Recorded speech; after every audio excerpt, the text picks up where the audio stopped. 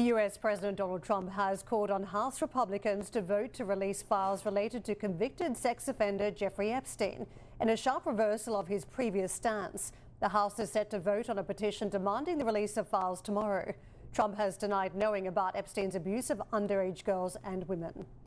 President Trump has rolled back tariffs on a number of products, including coffee, bananas and beef, as well as some commodities. This as the US administration faces pressure to combat rising consumer prices. Speaking on Friday, Trump said he removed levies on those products that cannot be produced in sufficient quantities in the states.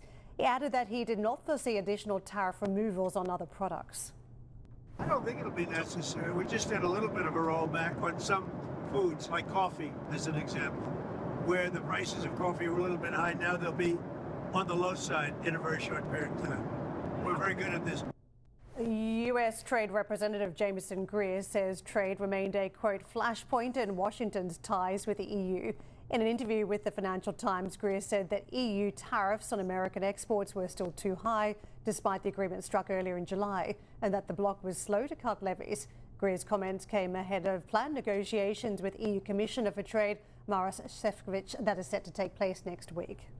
Switzerland has reached a trade deal with the United States. Under the agreement, Washington will lower tariffs on imports from the country to 15% from a previous 39%, while Switzerland pledged to invest $200 billion in the U.S. by the end of 2028. The country also agreed to remove some of its agricultural trade barriers to allow for more U.S. products to reach the Swiss market. Now, over the weekend, the Swiss economy minister rejected claims that the country was surrendering to the U.S., arguing Bern had not made any concessions that would threaten its independence. In an interview with our U.S. colleagues, a U.S. Trade Representative Jameson Greer specified which areas Switzerland will invest in. They're going to send a lot of their manufacturing here to the United States, pharmaceuticals, gold smelting, rail